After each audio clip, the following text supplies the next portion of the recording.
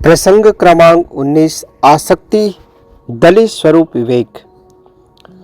आसक्ति निर्मूल को पुनि पुनि मनन विचार, अलग केर अलग धरे लहु विचार को धार।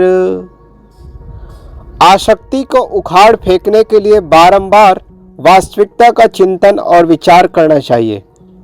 जो अपने से पृथक है उसको पृथक ही रखें और विचारधारा को प्रवाहित रखें। व्याख्या: जिन पर भी हमारी आसक्ति हो उन पर पूर्ण विचार कर लेने पर आसक्ति समाप्त हो जाएगी, क्योंकि संसार का सारा संबंध क्षणिक तथा नश्वर है। आसक्ति व्याधि को दूर करने के लिए विचार ही परम औषध है। योग वशिष्ठ ग्रंथ में जो सम, संतोष, सत्संग और विचार मोक्ष के 4 द्वार माने गए हैं वह सर्वथा उपयुक्त है। विचार से ही मन का संसार शांत हो सकता है। सारा जड़ दृश्य अपने चेतन स्वरूप से अलग है, अतएव उसको अलग रखना ही विचार का फल है। करे सचेत अचेत नहीं, कबहु होने देय, सनय सनय आगे बढ़े, लखी परिणाम अजेय। विचार को जागृत करे, उसे कभी सुप्त न होने दे। इस विचार अभ्यास में धीरे धीरे आगे बढ़े। साधक के सामने इसका फल यह होगा कि उसे कोई मनोभावना पतित न कर सकेगी। व्याख्या: भोगों एवं प्रपंच क्रियाओं में लग जाने से विचार शक्ति सो जाती है तथा उनसे हटकर वास्तविकता पर चिंतन करने से विचार जागृत हो जाते हैं। निरंतर विचार का परिणाम है मन इंद्रियों पर पूर्ण विजय। यही जीवन की सफलता है। यह काम एक दो दिन में पूरा होने वाला नहीं है। यह धीरे धीरे अभ्यास से सिद्ध होने वाला है और सिद्ध हो जाने पर भी यह विचार जीवन पर्यंत जागृत रखना है। सद्गुरु पूरन देव कहते हैं, सदा विचार करो तुम भाई, जो लो देह बिखरी नहीं जाए। सुख साचा लखी मनन जो, पुनि पुनि वस्तु न देखी, सो अज्ञान अपार है, रचि रचि दुख को लेखी। प्राणी पदार्थों एवं अपने माने हुए शरीर को बारंबार देखकर और उनमें सच्चा सुख मानकर मनन करना निश्चीम अविवेक है। यही अपने हाथों दुख बनाकर ओढ़ लेना है। हर आदमी प्रमाद में जी रहा है। जो उसके नहीं है उन्हें वह अपना मानकर उन्हीं के संकल्प विकल्पों में फूल रहा है। व्यक्ति बारंबार घर, जमीन, धन, परिवार एवं अपने शरीर के अंगों को देखता है और उन्हें मानता है ये मेरे हैं तथा मैं ऐसा हूं। परंतु विचार करके देखो, क्या मेरा है? क्या मैं शरीर हूं? सारा दृश्य बादल की छाया के समान क्षणभंगुर है। अतएव इन्हें अपना मानना घोर अज्ञान है।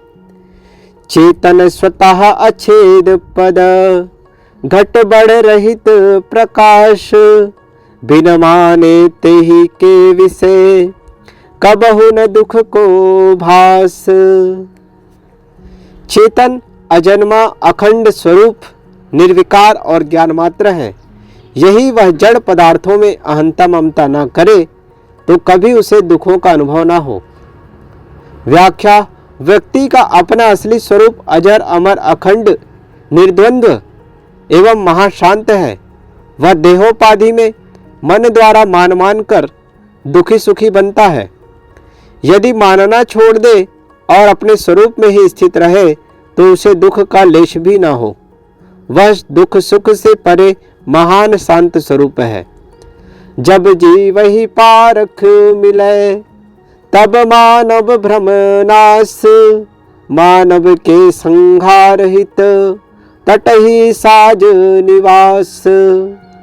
व्यक्ति को जब यह परख प्राप्त हो जाती है कि अपना चेतन स्वरूप सबसे पृथक है, तब किसी वस्तु, प्राणी एवं शरीर को अपना मानने का अज्ञान दूर हो जाता है।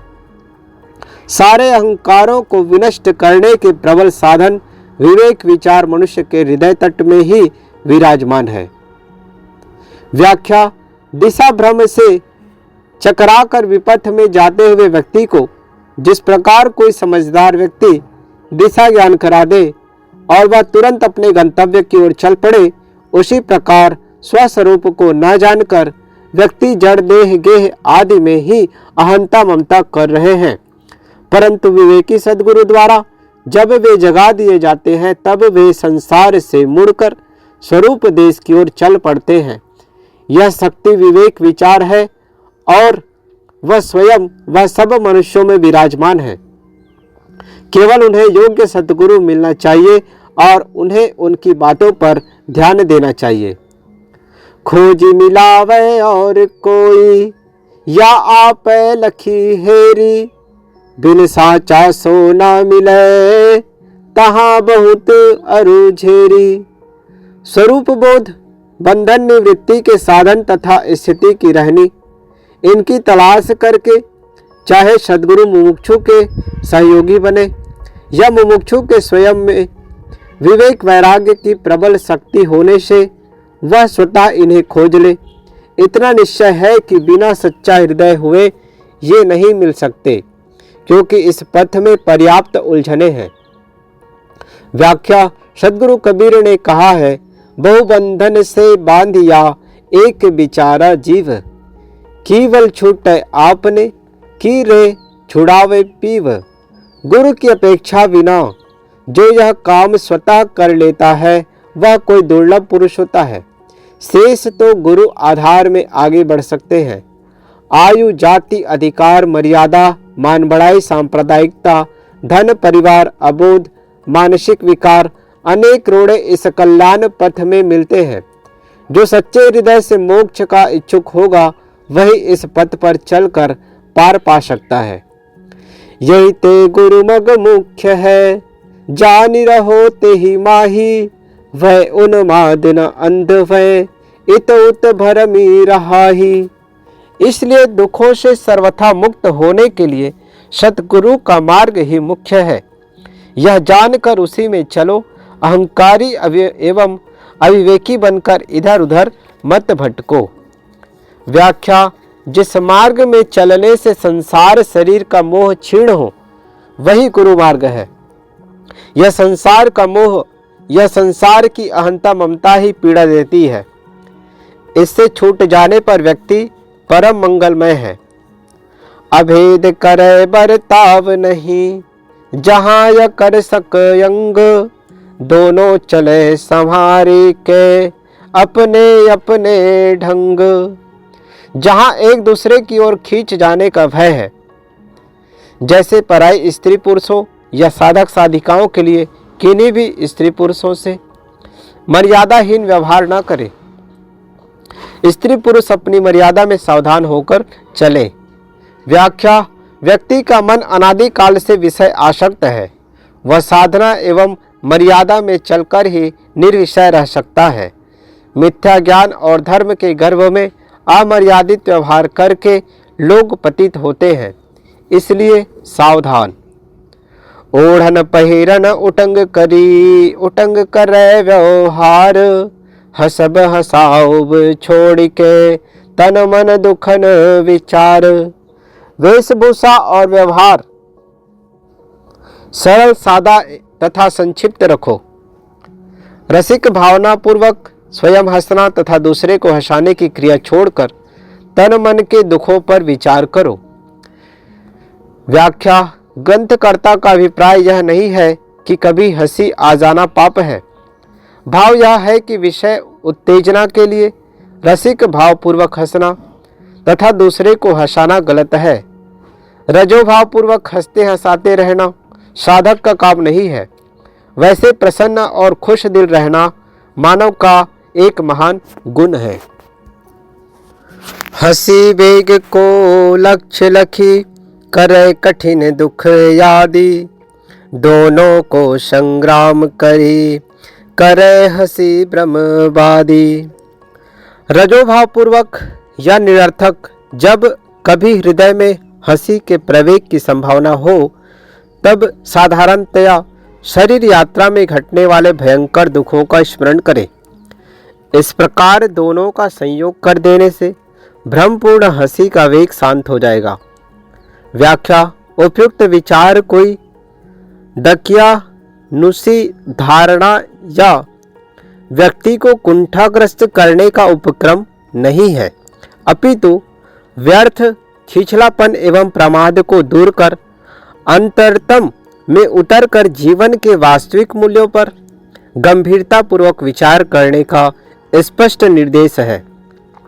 जीवन के सरल पहलू पर हंसी खुशी की दिनचर्या सुखप्रद है, किंतु जीवन के आंतरिक धरातल पर पहुंचकर चिर विश्रांति में सो जाने के लिए मौन एवं गंभीर चिंतन की आवश्यकता है। यहाँ ग्रंथकार बहिर्मुखता से हटकर अंतर्मुख होने के लिए हमें प्रेरणा देते हैं। रसिक बचन बोलब तजय, गुप्त प्रगट लखी कीच, आसन करे एकांत नहीं, ग्राम धाम के बीच। जो व्यक्तियों में या बहुतों के बीच में विषय तोजक वाणी बोलना मलिनता पूर्ण समझ कर छोड़ दे, किसी गांव एवं घर के बीच में ऐसी एकांत जगह में बिस्तर न रखे जहां विजाति घटों की ही संगत हो। विषय उत्तेजक बातें करना पुरुष साधक या स्त्रियों के बीच तथा स्त्री साधिका को पुरुषों के बीच में रहना, स्वार्थ सर्वथा छोड़ दे। ज्ञान तभी स्थिर रहेगा जब साधना एवं मर्यादा बनाए रखेंगे। इच्छा सेवा लेने की दीजय सब ही त्याग, तब सुख लहे विराग को, महानींद मोह नींद से जाग। व्याख्या: मुमुक्षु को चाहिए कि वह दूसरों से सेवा लेने की इच्छा सर्वतोभात्या त्याग दे। मनुष्य तभी वैराग्य का निश्चित सुख प्राप्त कर सकता है जब वह मोह की नींद से एकदम जग जाए। व्याख्या: आजकल कितने बाबू लोग वैराग्य करने निकलते हैं तो वे दूसरे की सेवा करने को कौन कहे, स्वयं के लिए दूसरों द्वारा सेवा चाहते हैं। आलसी तथा सुखाध्यासी व्यक्ति कभी वैराग्य एवं साधना नहीं कर सकता। साधक यदि दूसरों से सेवा लेगा तो पतित हो जाएगा। अतः साधक को चाहिए कि वह किसी से सेवा लेने की किंचित इच्छा न रखे, और यदि कोई उसकी जबरदस्ती सेवा करना चाहे तो वह उसका विरोध कर दे। साधक को श्रमशील, स्वावलंबी और विरक्त होना चाहिए।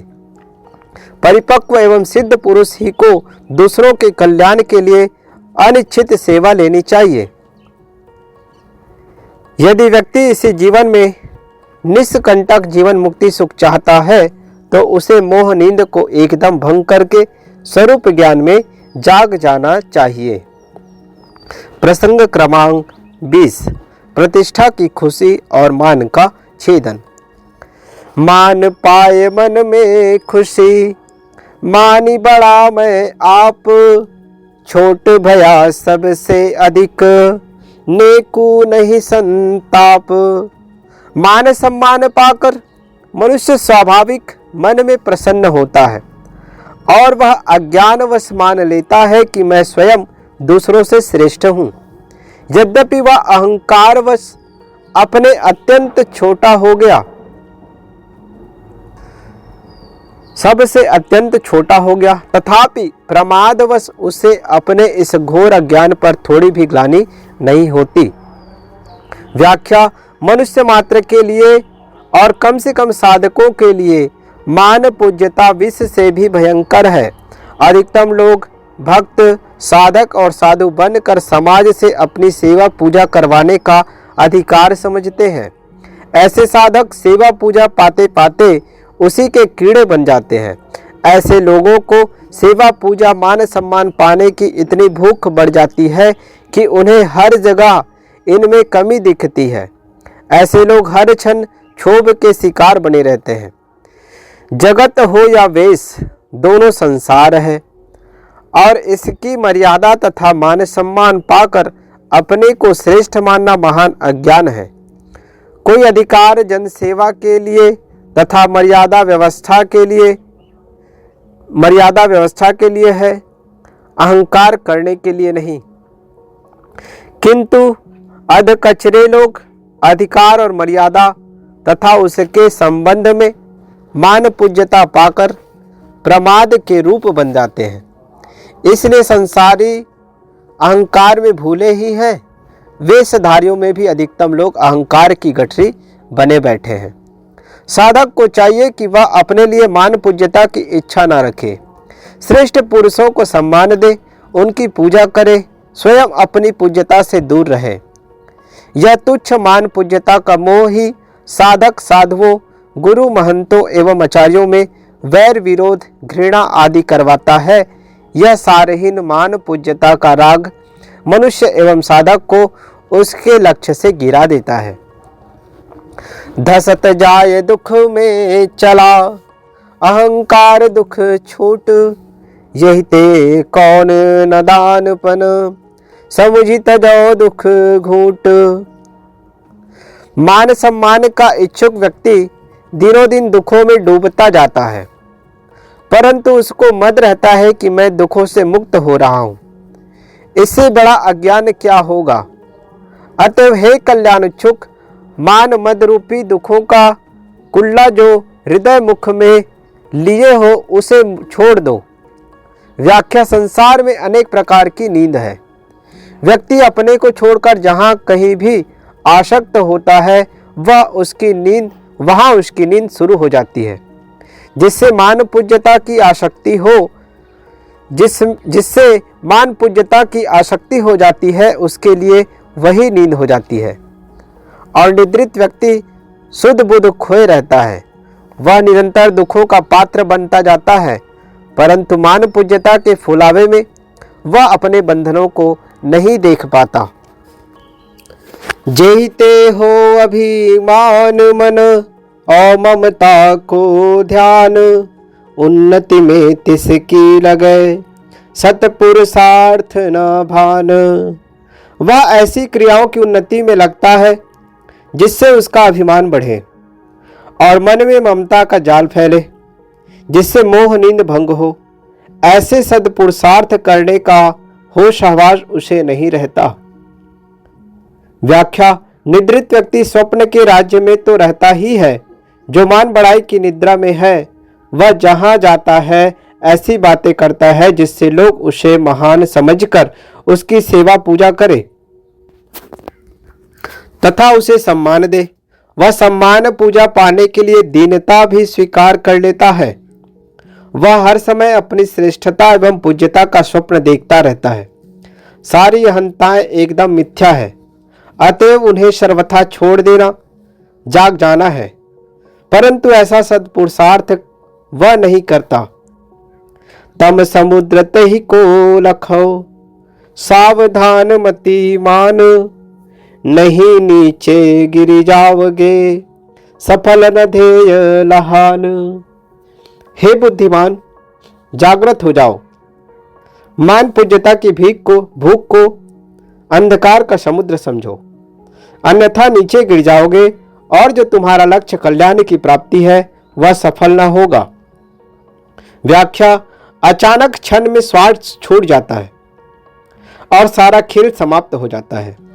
ऐसे सारहीन संसार में मान पूज्यता या किसी भी वस्तु का क्या महत्व है। अतः सारासार विचार करके मोह नींद को भंग करना चाहिए। सारी आसक्तियों को छोड़ देने के बाद भी जो मान बढ़ाई का मोह नहीं छोड़ सका वह अपने लक्ष्य में सफल नहीं हो सकता। सद्गुरु कबीर कहते हैं, माया तजे क्या भया, जो मान तजा नहीं जाए, जेहि माने मुनिवर ठगे, सो मान सबन को खाए। धन जन कुटुम असार लखी, जानि दुखन को मूल। अपकस भूल्यो ताहि में, जो देते नित सोल। संपत्ति, प्राणी, परिवार आदि को सारहीन और दुखों की जड़ समझकर उनका पहले त्याग किए थे। हे साधक, जो पहले सदैव कष्टप्रद मालूम होते थे, तब उन्हीं में कैसे मोहित होकर अपने लक्ष्य को भूल रहे हो।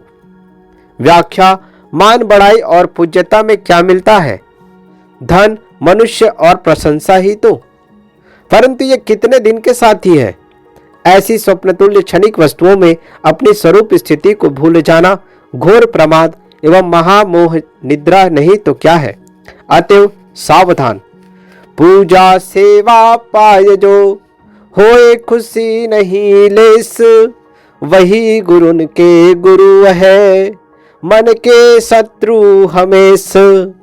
जो महामानव दूसरों द्वारा पूजा सेवा पाकर किंचन मात्र प्रसन्नता अहंता नहीं करते, वे ही गुरुओं के गुरु है, क्योंकि वे सदैव मन के जाल के विध्वंसक हैं। व्याख्या: सेवा पूजा एवं मान बढ़ाई पाकर थोड़ा भी प्रसन्न न होना कोई साधारण बात नहीं है, क्योंकि ज्ञानी अज्ञानी सब मान बढ़ाई के इच्छुक हैं। किंतु जिन्हें स्वरूप स्थिति रूपी महान लाभ मिल जाता है, उनकी दृष्टि में मान बढ़ाई तुच्छ वस्तु हो जाती है। स्वरूपस्थ पुरुष को शरीर से लेकर सारा संसार फीका हो जाता है। ऐसे अंतर्मुखी पुरुष के लिए मान बढ़ाई का मूल्य कुछ नहीं है। संत सुखी गुरु ज्ञान में, जहाँ न दुख को नाम। ज्ञान करे आहार नित, बसे ज्ञान के धाम। संत गुरु ज्ञान में तृप्त रहते हैं, वहां दुखों का नाम तक नहीं रहता। वे सदैव ज्ञान का आहार करते हैं और ज्ञान के मंदिर में निवास करते हैं। व्याख्या: भौतिक निष्ठा से सर्वथा हटकर आत्मनिष्ठा एवं स्वरूप निष्ठा में लीन पुरुष ही संत हैं। वे गुरु ज्ञान अर्थात स्वरूप ज्ञान एवं स्वरूप स्थिति में ही निरंतर तृप्त रहते हैं। स्वरूप स्थिति रूपी अनंत शांति सागर में निमज्जन करने वाले पुरुष को कुछ हानि लाभ नहीं रह जाता। वे स्वरूप ज्ञानामृत का ही निरंतर पान करते हैं और संसार से निष्काम होकर अजर अमर स्वरूप धाम में विश्राम करते हैं। जो व्यक्ति जीवन के सर्वोच्चतम शिखर पर पहुंच जाता है, उसके लिए सब कुछ लघुतम हो जाता है। मन की भूख मिटाए के, तन की को नहीं झंख। प्रारब्धि पुरुषार्थ सत, तेहि बल सदा असंख। संत पुरुष मन की भोग इच्छा रूपी भूख समाप्त कर देते हैं। रहा शरीर निर्वाह, उसके लिए वे चिंता नहीं करते। वे प्रारब्ध भोग तथा वर्तमान सत्पुरुषार्थ के बल से सदैव शंका रहित रहते हैं। व्याख्या: जिनके मन की इच्छा ज्वाला मिट गई है, वे अपने लक्ष्य को पा गए हैं। वे पूर्ण कृत्य हैं। शरीर निर्वाह तो छोटी बात है। इच्छाजीत पुरुष के शरीर निर्वाह के साधन भी सादा एवं स्वल्प होते हैं और वे प्रारब्ध तथा शुभ पुरुषार्थाधीन मिलते रहते हैं। उनको यह शंका नहीं होती कि क्या खाएंगे, क्या पहनेंगे, रोग बुढ़ापा में औषध सेवा कहाँ मिलेगी। यह सब तो स्वाभाविक होता रहता है। चिंता होनी चाहिए भोग इच्छा नाश के लिए, और यह हो गया तो बेड़ा पार है। प्रसंग क्रमांक 20 यहीं पर समाप्त हुआ और इस प्रकार हमने इस सद्गुण शतक में 19 सद्गुणों का अध्ययन किया और जिसकी व्याख्या हमने यहाँ पर लिया। अब अंतिम में है फल निरूपण। प्रसंग क्रमांक 21 फल निरूपण। 20 प्रसंगों में समाप्त होने के बाद 21वां प्रसंग में उसका फल बताया जाता है। साखी है: शुभ गुण साथी जीव के, जहाँ चोर मग मांझ। आयु भर रक्षा करे, जब तक अंत ना सांझ। जिस जीवन पथ में काम क्रोध लोभ आदि चोर लगते हैं, वहां दया क्षमा निष्कामता निष्क्रोधता निर्लोभता आदि सद्गुण जीव के सहायक साथी है। ये जीवन पर्यंत साधक की रक्षा करते हैं और इतना ही क्या, जब तक वासनाओं का अंत होकर जीव का मोक्ष न हो जाए तब तक ये भरपूर सहायता करते हैं। व्याख्या: शरीर काजल की कोठरी तथा संसार काजल का कोट है और इन्हीं के बीच होकर जीवन पर्यंत निकलना पड़ता है। अतः जीवन में सद्गुणों की महान आवश्यकता है। दया, क्षमा, सत्यशील, धैर्य, विवेक, विचार, वैराग्य, भक्ति, संतोष आदि सद्गुण जीवन पर्यंत तथा मरणोपरांत भी साथी हैं। धन से धन साथी बढ़े, जो बिन दाम मंजूर, यात्रा भर को खर्च सब, काम करे भरपूर। ये सद्गुण सब धनों से बड़े धन तथा सब साथियों से बड़े साथी है। ये बिना पैसे दिए मजदूरी करते हैं। ये कल्याण यात्रा के लिए पूरे संबल हैं और जीव का पूर्ण कल्याण करने वाले हैं। व्याख्या: संसार के धन तथा स्त्री पुत्र आदि साथी शरीर मात्र के रक्षक हैं और समय पर उलटकर भक्षक भी हो सकते हैं, परंतु सद्गुण जीव के कल्याण करने वाले हैं और केवल कल्याण करने वाले हैं। यही ते रक्षा नित इन्हें, जही ते भय बलवान, विजय मिले इन साथ ले, जो दुर्गुण मन मान। इसलिए इन सद्गुणों की रक्षा करो जिससे ये शक्तिशाली हो। जो मन में दुर्गुणों को प्रियमान रखा है उन पर विजय इन सद्गुणों को साथ लेकर ही होगी। व्याख्या: राजा फौज की रक्षा करता है और फौज राजा की। इसी प्रकार व्यक्ति सद्गुणों की रक्षा करता है और सद्गुण व्यक्ति का कल्याण करते हैं। सद्गुण संपन्न होकर ही व्यक्ति आज और आगे सुखी हो सकता है। कबहु न धोखा दे ये, जो तुम भूल न जाओ, जब तक इनको याद रही, लगे न कोई दाव। यदि तुम सद्गुणों को ना भुला दो तो ये तुम्हें कभी धोखा नहीं देंगे। जब तक इनकी याद रखोगे किसी दुर्गुण का प्रवेश आप में नहीं होगा। व्याख्या: दया की याद ना रखने से ही अदया, क्षमा की याद ना रखने से क्रोध, वैराग्य की याद ना रखने से मोह आदि होते हैं।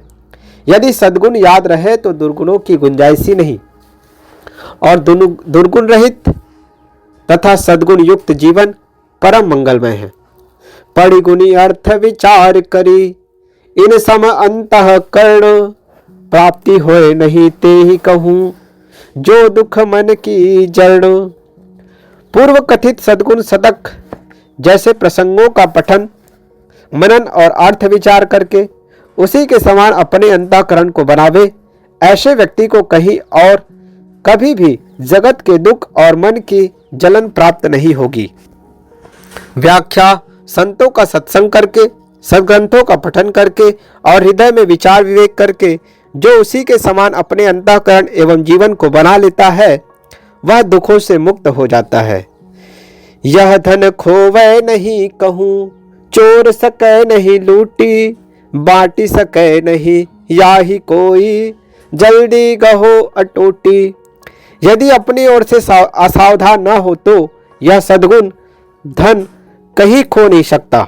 इसे चोर डाकू लूट नहीं सकते और इसका स्वजन परिजन लोग बंटवारा नहीं कर सकते।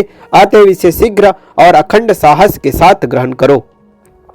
प्राण पियारे सबन तुम, जो इनको अपनाए, सभी मित्र स्वजातिया, जो तजी भूल रहा है।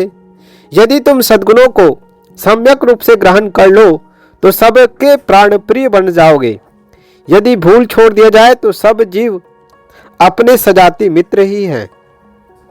व्याख्या: सद्गुण संपन्न व्यक्ति सबका प्राण प्यारा बन जाता है।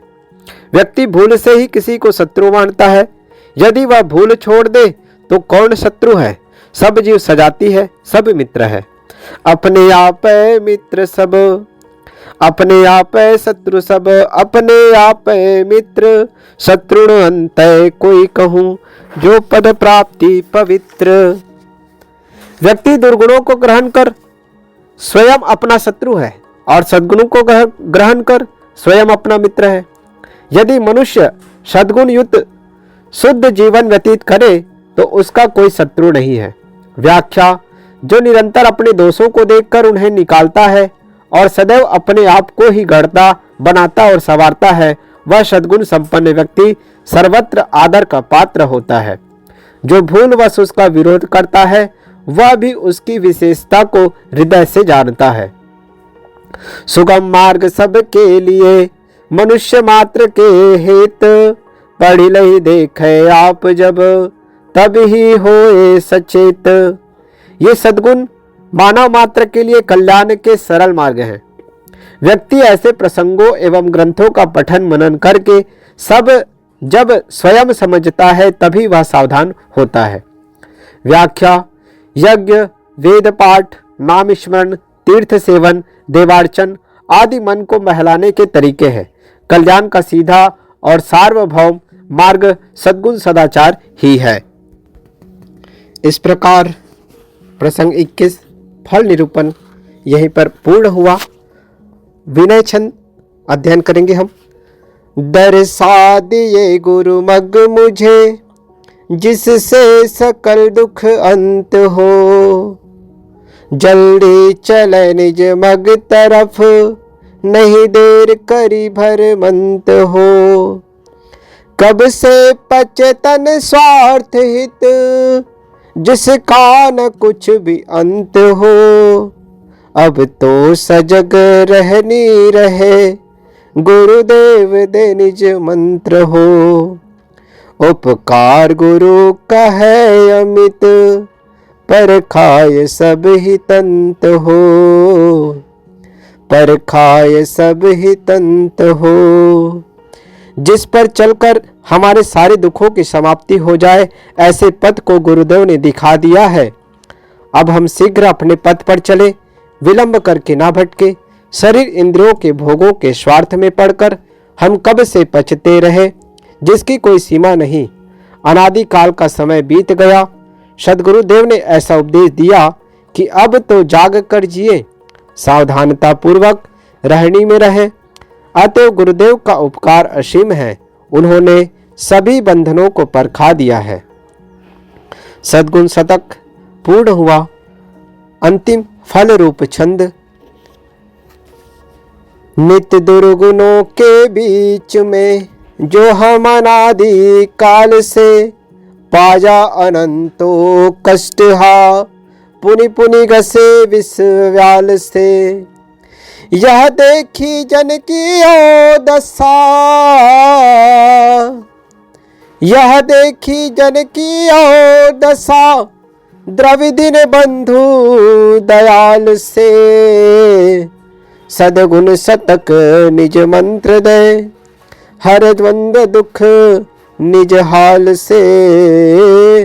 हर द्वंद्व दुख निज हाल से। चौपाई। सद्गुण शतक नित्य जो गावे, सद्गुण सुमति सहायक पावे।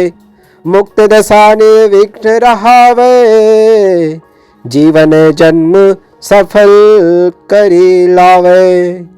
बोलिए श्री सद्गुरुदेव की जय। सद्गुरु श्री विशाल देव की जय। सद्गुरु श्री अभिलाष साहिब की जय। सद्गुण शतक प्रथम अध्याय यहीं पर पूर्ण हुआ। आगे हम दूसरे अध्याय की ओर बढ़ेंगे। आप हमारे चैनल पर नए हैं तो इसे सब्सक्राइब जरूर कर लें और कल्याणार्थियों को, सत्संग प्रेमियों को और जीवन में लोगों के परिवर्तन के लिए इस वीडियो को ज़्यादा से ज़्यादा शेयर करें और हमारे प्रोत्साहन के लिए इस वीडियो को लाइक और कमेंट जरूर करें। बहुत बहुत धन्यवाद। साहिब बंदगी, साहिब बंदगी, साहिब बंदगी।